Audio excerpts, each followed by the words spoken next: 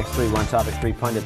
I'm the host, John C. Dvorak. I'm here with Andrew Eisner and Joe Engo.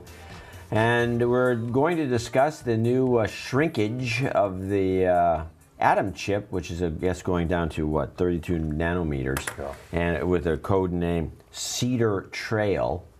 I have a Cedar Trail in my backyard to keep the... Follow on to Pine View, or Pine Trail. Is it a Pine Trail or that was the old? That was the last year's one, the 45 nanometer, which was pretty cool. But this one's even. Is it 45 millimeter? 45 nanometer. Yeah. I have a 525. I think that's the Intel's got a 40, yeah. I think so. But now, I mean, they're down to 32 nanometers. They're dual core.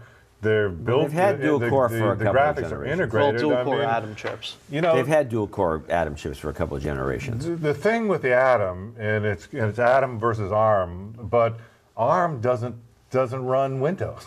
I mean, Microsoft. Actually, that's not true. Microsoft says that's not true. Actually, they're going to, but they haven't yet, right? But they already have a build of Windows that works on ARM. Okay, so there was a tablet that they announced. Change the game, but until that actually happens, the Atom is the only sort of portable netbook type processor that'll run the x86 set. So that will be an issue. I mean, there's one thing to note here, by the way. At one point in history, within memory, there was a claim, I forget when, that you could never make a chip sub-micron. You know, you couldn't get the traces. Yeah. We're now down to 0.32 nanometers. Yeah.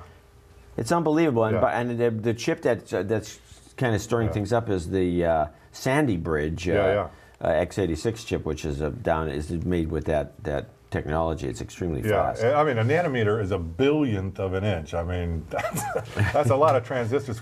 But now, speaking of Sandy Bridge, this morning, and actually it was leaked over the last couple of days, Sandy Bridge is going to be obsolete, replaced by Ivy Bridge. So Ivy Bridge is a 22 nanometer. I mean, Intel is just on a roll. I mean, well, there was also the other announcement they did. 52-week high. I mean, well, they're going to take over the chips from Samsung, and I mean, Intel is, I think, just in what chips are going to take over from Samsung? So there's a rumor floating around right now that Apple might move their manufacturing of their A5 and A4 chips over to Intel instead of Samsung because of the lawsuits. Aren't those ARM chips? Yeah, but that doesn't matter. I mean, they're just going to manufacture it. They're not actually going to design it or anything. No, but Intel has to have a license to do that. And, sure. And since when did Intel ever become a foundry?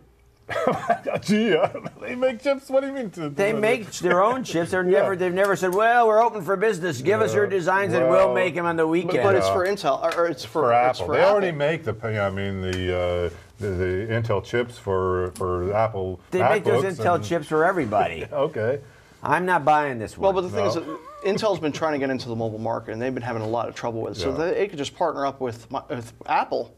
That's a perfect deal. Well, if they think they can transition Apple into using some of these Atom chips in the future, maybe. But I highly doubt that. I don't think so either. But I don't think this is going to happen. I think I don't think Intel has the licensing to do that, to make those chips, and I'm doubting that they would do it because of the. It puts them in a pretty weird position, you know, that they have to make some competitors' chips for their pals. No, I think they'd be fine with that. I mean, look, the weird relationship with Samsung making the Apple chip. These guys are suing each other. I mean, yeah, but have you ever talked to Intel people in your life? I mean, they have a lot of pride. Yeah, well. Samsung, you know.